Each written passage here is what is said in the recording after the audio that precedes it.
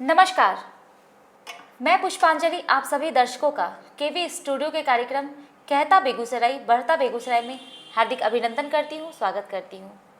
आज मैं आपको रंगमंच के एक ऐसे कलाकार से मिलवाने जा रही हूँ जो देश के विभिन्न राज्यों में अपने कलाकारी से, अपने रंगमंच से, नाटकों से, अभिनय से प्रभावित किया है। तो आइए मिलते हैं कृष्णदेव जी से और सुनते हैं इनकी कहानी, इनकी जुबानी और इनकी रंगमंचीय यात्रा के बारे में। कृष्णदेव जी, हमारे केवी स्टूडियो में आपका बहुत बहुत स्वागत है। आपका भी बहुत बहुत धन्यवाद। और सबसे पहले धन्यवाद डॉक्टर रोशन सर का, जो इन्होंने अपने स्टूडियो में थोड़ा सा समय दिए हमको। बहुत बहुत आभार जी। कृष्णदेव जी, आप अपने पैतृक गांव और अपनी शिक्षा के बारे में हमें बताएं। मेरी शिक्षा गांव से शुरू हुई जी और एमए तक मैं गया। जी। आज की डेट में मैं एमए किया, उसके बाद डीएलएड भी किया। अच्छा। जो कि खास करके शिक्षक बनने की जो योग्यता के लिए पहले एंट्री जो है, बिल्कुल तो बिल्कुल। डीएलएड मैंने किया। जी जी जैसा कि मुझे पता है कि आप शायद स्कूल वगैरह भी चलाते हैं। जी। पहले तो मैं नाटक के क्षेत्र में था। जी नाटक के क्षेत्र के बाद 2017 से मैं स्कूल एक छोटा सा अपने गांव में ही खोला हूँ। जी। तो कृष्णदेव जी, ये बताइए कि रंगमंच के प्रति जी। जो रंगमंच की जो शुरुआत होती है वो कैसे हुई, उसके प्रति रुझान कब हुआ? रंगमंच के प्रति मेरा रुझान बचपन से ही रहा है। जी जब मैं छोटा था तो मेरे गांव में पारसी रंगमंच होता है जी। और आज की डेट में भी हो रहा है। तो उसमें मैं जब छोटा था तो वहाँ मुझे छोटा बच्चा वाला रोल मिला करता था। मैं वहाँ से करते करते उसके बाद बेगूसराय शहर से मैं जुड़ा तो इफ्टा से जुड़ गया। जी। और इफ्टा से जुड़ने के बाद फिर तो यहाँ के कार्यक्रमों में भाग लेने लगा और घूमने लगा मैं। ये पारसी रंगमंच क्या है? पारसी रंगमंच हमारे गांव में आज भी होते हैं। ये है क्या, पीछे से हमारे निर्देशक महोदय डायलॉग बोलेंगे और वही डायलॉग आगे में जो कलाकार, जो आर्टिस्ट होते हैं, वो फिर आगे दर्शक को बोलते हैं। अच्छा। जी। अभी इफ्टा की बात चली तो इफ्टा में आपका आगमन कब हुआ? इफ्टा में आगमन लगभग 2002-2003 के आसपास हुई। जी उसमें विदेशिया नाटक का रिहर्सल चला था जी। और उसमें सबसे पहले हमको लाठी लेकर के खड़ा होने का रोल मिला था। जी जी। और वहाँ से होते हुए आज विदेशिया नाटक का बटोही की भूमिका मैं निभा रहा हूँ। तो ये क्या है, बटोही के बारे में हमें कुछ बताएं। हाँ, बटोही विदेशिया नाटक का जैसे एक विदेशी है मेन और उसके बाद बटोही है। तो बटोही मेन किरदार होता है, दोनों के बीच में मिलाने वाला जो है, ये दो मेन किरदार है बटोही। जी, मतलब विदेशी और उसकी पत्नी को जी। मिलाने का जो काम कर रहा है, सूत्रधार के रूप में दोनों को कनेक्ट करने का काम कर रहा है। जी।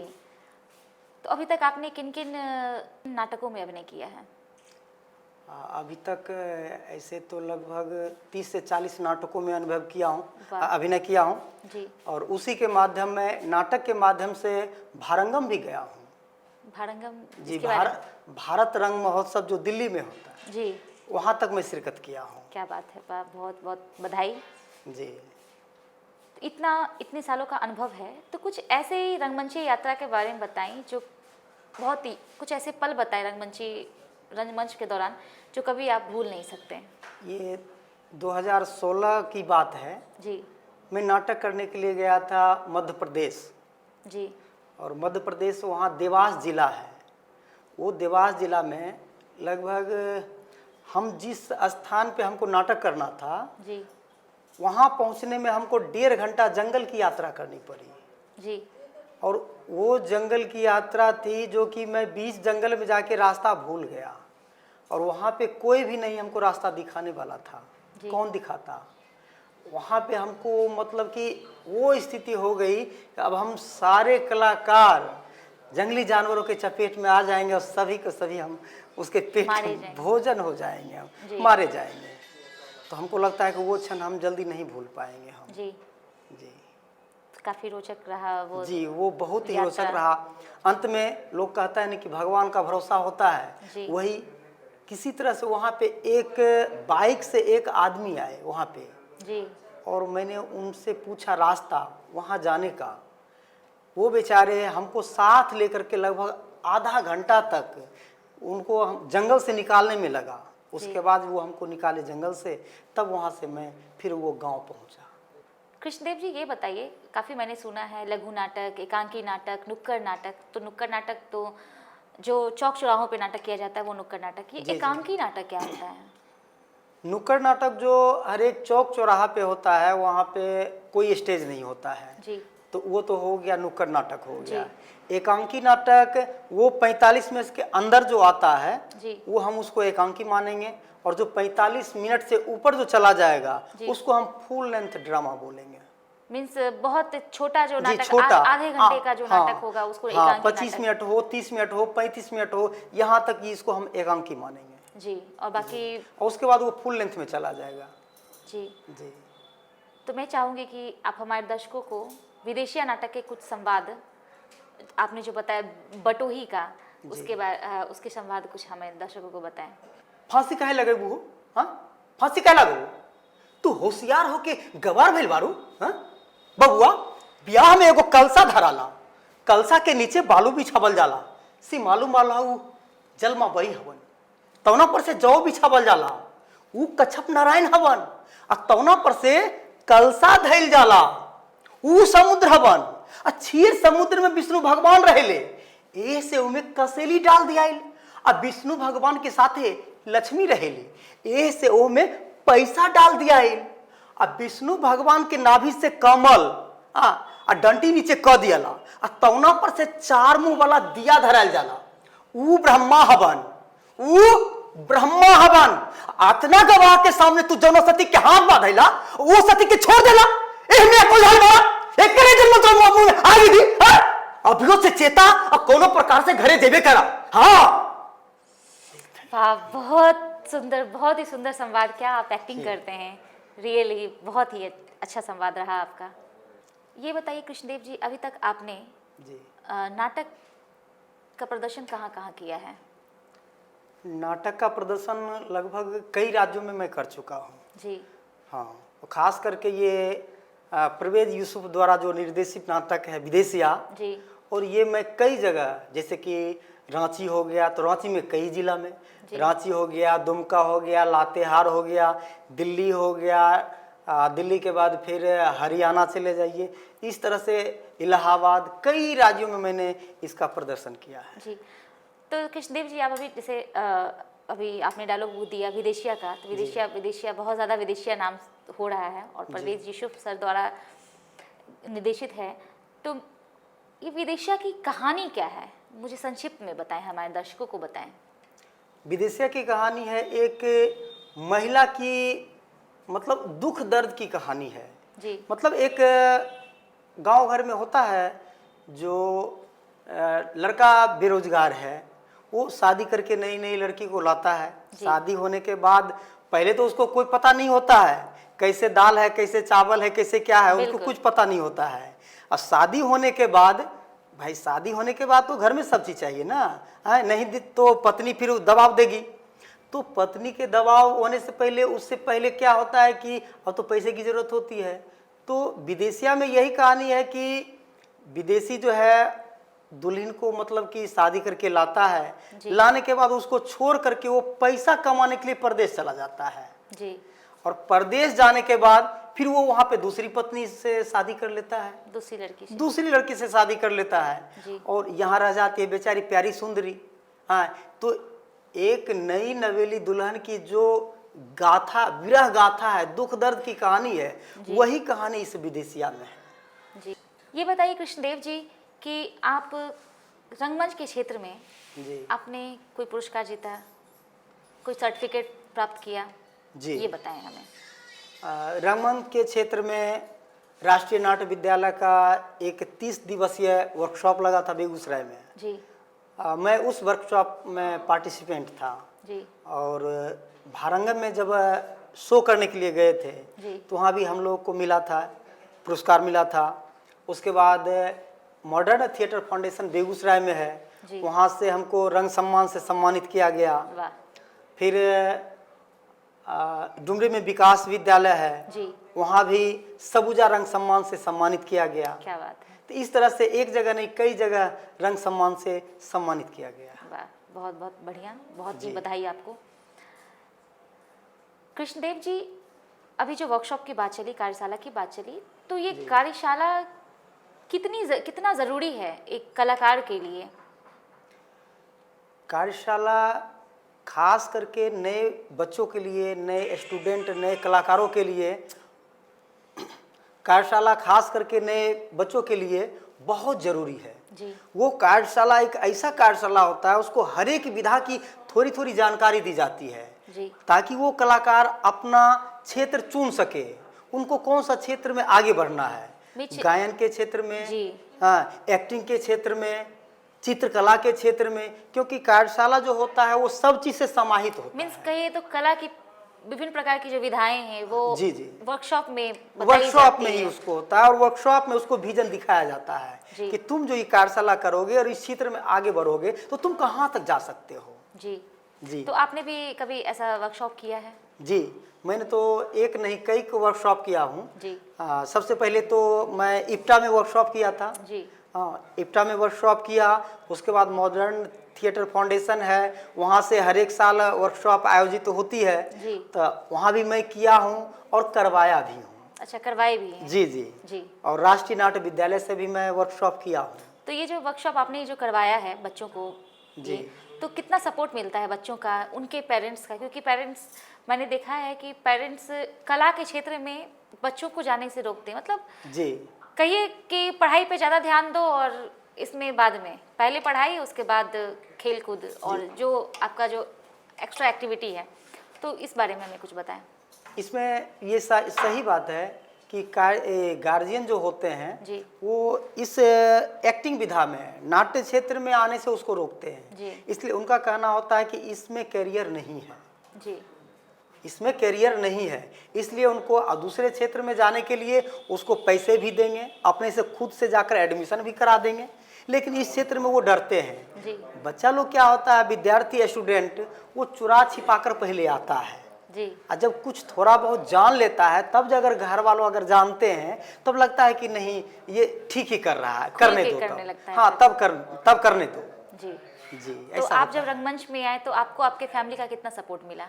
नहीं, मेरा तो सपोर्ट रहा, इसलिए कि जब मैं बचपन से ही जब गांव में नाटक करता था तो पापा कहते थे कि जाओ तुम लोग जाओ नाटक करो। हम भी अपने ज़माने में नाटक करते थे वाह, और मेरे पापा भी नाटक करते थे गांव में। चलिए, हाँ, तो इसलिए जाओ ठीक है करो। तो फिर वो एक बात वो भी रखते थे कि देखो करो, लेकिन ये जो करोगे तो क्या इसमें क्या तुम्हारा लक्ष्य क्या है, तुम इसमें क्या कर पाओगे। जी, हाँ, आगे चल के तुमको तुम्हारा परिवार होगा तो तुम अपना परिवार कैसे चलाओगे। जी, तो क्योंकि नाटक में तो पैसा मिलता नहीं है जी, जो कि तुम अपना भरण पोषण कर पाओगे। जी, बिल्कुल, लेकिन फिर भी कहा ठीक है अगर तुम्हारी इच्छा है तो तुम करो, हम तुमको मना नहीं करेंगे। जी। और मैं करता रहा, इसीलिए अभी तक मैं इसमें टिका हूँ। वाह, चलिए, भविष्य के लिए भी बहुत बहुत शुभकामनाएं और अग्रिम बधाई भी। फ्यूचर में कोई ऐसा नाटक का प्लानिंग है जिसमें आप फ्यूचर में कोई नाटक में आप करना चाह रहे हैं, अभिनय करना चाह रहे हैं, या कोई बिल्कुल। तैयारी चल रही है? बिल्कुल नहीं, अभी तो तैयारी नहीं चल रही है, जी। लेकिन मैं करूँगा, आगे नाटक करूँगा और अपने यहाँ बच्चों को भी मैं करवाता हूँ, हर एक साल में जी। 2 बार करवाता हूँ।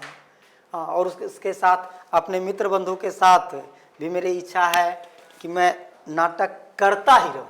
जी, जी कृष्णदेव जी, ये बताइए बेगूसराय के रंगमंच को आप किस प्रकार से देखते हैं? बेगूसराय तो रंगमंच के क्षेत्र में कहिए तो बिहार की राजधानी है। जी, जितना रंगमंच बेगूसराय में हो रहा है उतना हमको नहीं लगता है कि कहीं और होता होगा।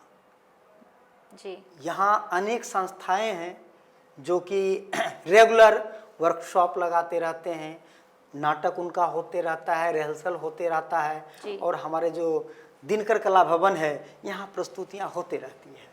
जी, बिल्कुल, जी बिल्कुल सही कहा आपने। कृष्णदेव जी, ये बताइए कि बेगूसराय में जो स्थिति है कि आप जैसे आपने बताया कि ये राजधानी है रंगमंच, जी नाटकों की राजधानी है, रंगमंच की राजधानी है, तो यहाँ अगर बच्चे डिग्री लेना चाहें, एक्टिंग करना चाहें, तो आपको क्या लगता है कि कहाँ जाना चाहिए, कहाँ से शुरुआत करनी चाहिए उन्हें? अगर जो बच्चे अगर एक्टिंग करना चाहते हैं जी तो एक होता है कि मतलब प्रथम स्टेज जो होता है, जी प्रथम स्टेज के लिए तो बेगूसराय सफिशियंट है। जी जैसे बेगूसराय में कई संस्थाएं हैं तो उसमें दो प्रकार से है। एक है जो मॉडर्न थिएटर फाउंडेशन, वो विधिवत कोर्स करवाती है 1 साल के लिए। जी 1 साल के लिए वो डिप्लोमा कोर्स है, जी तो बच्चे वहाँ सीखते ज़्यादा हैं, जी सीखते ज़्यादा हैं। और एक है जो कि कोई नाटक शुरू हुआ तो उसमें रिहर्सल करते करते सीखता है। जी तो जो बच्चा 1 साल का कोर्स कर ले और कोर्स करने के बाद अपना यूनिवर्सिटी जा कर के वहाँ से एमए कर सकता है। जी तो उसको एमए की डिग्री हो जाने के बाद कहीं भी वो लेक्चरर में भी अपना भर सकता है, आगे कर सकता अच्छा, है। असिस्टेंट प्रोफेसर के लिए जी। आप एलिजिबल हो जाते हैं। जी, उसमें वो हो सकते हैं। ये बताइए कि रंगमंच के लिए जी, बच्चों में या एक कलाकारों में कहिए कि किन चीज़ों की आवश्यकता होती है, क्या क्वालिटी होनी चाहिए जो वो नाटक में अभिनय कर सकते हैं? बच्चों में नाटक सीखने की भूख होनी चाहिए, ललक होनी चाहिए। जी अगर उसके अंदर अगर भूख लग गया ना, नाटक हम नाटक करेंगे तो फिर उसको कोई नहीं रोकेगा, वो करेगा, चाहे उसके सामने जो परिस्थिति हो जाए, लेकिन वो नाटक करेगा, वो सीखेगा। जी जी, बिल्कुल बिल्कुल, वो एकदम सीखेगा ही। और कोई क्वालिटी? और हाँ, उसमें तो है नाटक करने के अलावा उसमें पढ़ाई की भी रुचि होनी चाहिए। अगर वो पढ़ाई में कमज़ोर है तो फिर वहाँ भी नाटक में कमज़ोर रहेगा। जी, जिस कहने का मतलब है कि रीडिंग पावर होनी चाहिए, रीडिंग पढ़ाई, पावर होनी चाहिए, कम्युनिकेशन अच्छा होना चाहिए। कम्युनिकेशन अच्छा होना चाहिए उस, क्योंकि वहाँ भी तो उसको स्क्रिप्ट पढ़ने को मिलेगा, जी बिल्कुल। डायलॉग्स पढ़ने को मिलेगा। अगर यहाँ अगर उसको पढ़ने के लिए नहीं आएगा तो फिर वहाँ और सबसे प्रॉब्लम बड़ी है। बात जहाँ तक मुझे लगता है कि फीलिंग आनी चाहिए। बिल्कुल। अगर आप नाटक कर रहे हैं और फीलिंग नहीं है तो तो शायद फिर हाँ, क्योंकि अभी मैंने आपको देखा कि जिस फीलिंग से आप अभी आपने संवाद बोला, लग रहा था कि नहीं, बिना फीलिंग के कुछ आप लाख ही नज़र ये याद कर ले, नाटक याद कर ले, स्क्रिप्ट याद कर ले, लेकिन अगर आपके पास फीलिंग नहीं है तो फिर वो नाटक जी नहीं ना, है। फीलिंग तो ज़रूरी है। जब तक उसको भाव नहीं निकलेगा, जी हाँ, तो ये भाव ही तो हम पे उस पर प्रभाव डालेगा ना। जी हाँ, तो इसीलिए भाव निकलना ज़रूरी है। कुछ दिन पहले बात हुई थी नुक्कड़ नाटक की, जी, तो एक कलाकार के लिए या नवोदित जो नए कलाकार हैं उनके लिए नुक्कड़ नाटक कितना सहायक है? नुक्कड़ नाटक एनर्जी का काम करता है। जो कलाकार, जो आर्टिस्ट नुक्कड़ नाटक अगर कर लिया जी तो फिर उसको स्टेज पे कोई प्रॉब्लम नहीं होगा। इसलिए कि नुक्कड़ नाटक सब उसको धक को जो अंदर झिझक होती है ना, वो सब झिझक मतलब बाहर निकल जाता है। जी इसलिए कि वहाँ खुलेआम पब्लिक से बात करनी होती है, डायरेक्ट रूबरू, वहाँ आंख में आंख मिला करके हमको बात करनी होती है। डायलॉग से बोलना है, हम उनके आंख में जा करके डायलॉग बोलेंगे। इसलिए जो नुक्कड़ कर लिया फिर उसके लिए सब नाटक अच्छा है। वाह, बिल्कुल सही कहा आपने, नुक्कड़ नाटक सबों के लिए ज़रूरी है और जी, करना भी चाहिए, क्योंकि नुक्कड़ नाटक जैसे आपने बताया कि बिल्कुल सामने प्रेजेंट होके करना है, तो मीन्स फिल्म हो गया आपका, जैसे फिल्म की जो विधा है वो रियल लाइफ हो गई, जी, वो रियल है। और ये रियल लाइफ नाटक जो real हो life गया आपका रियल लाइफ हो गया। जी, उसमें ये दोनों में अंतर क्या है कि फिल्म में और नाटक में यही है कि नाटक में रीटेक नहीं होता है। जो हो गया एक बार हम बोल दिए, मतलब तो कमान छूट गया, जी, तीर तीर जब से निकल गया तो फिर वापस नहीं आ वापस नहीं आ सकता। सकता। लेकिन फिल्म में तो ये सुविधा है, अगर हम गलत अगर मुंह से शब्द निकल गया तो फिर वहाँ तो उसको कट एडिट कर किया जा सकते हैं, सकता है, बिल्कुल। रीटेक किया जा सकता है। जी। लेकिन नाटक में और स्टेज पे ये नहीं होता है। बिल्कुल बिल्कुल सही कहा आपने।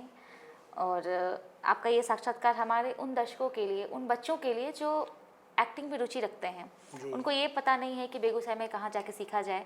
आपने एमएफटी का नाम लिया जी। और आपकी बातें हमारे दर्शकों तक पहुँचेगी कि वो एमएफटी जाएं और जो भी है एक्टिंग का जो कोर्स है उसको कंप्लीट करें और तब स्टार्ट करें, वो ज़्यादा सही है, ज़्यादा सही रहेगा उसके लिए। कृष्ण देव जी, आप हमारे केवी स्टूडियो में आए और अपना बहुमूल्य समय दिया, इसके लिए बहुत बहुत धन्यवाद। जी, धन्यवाद।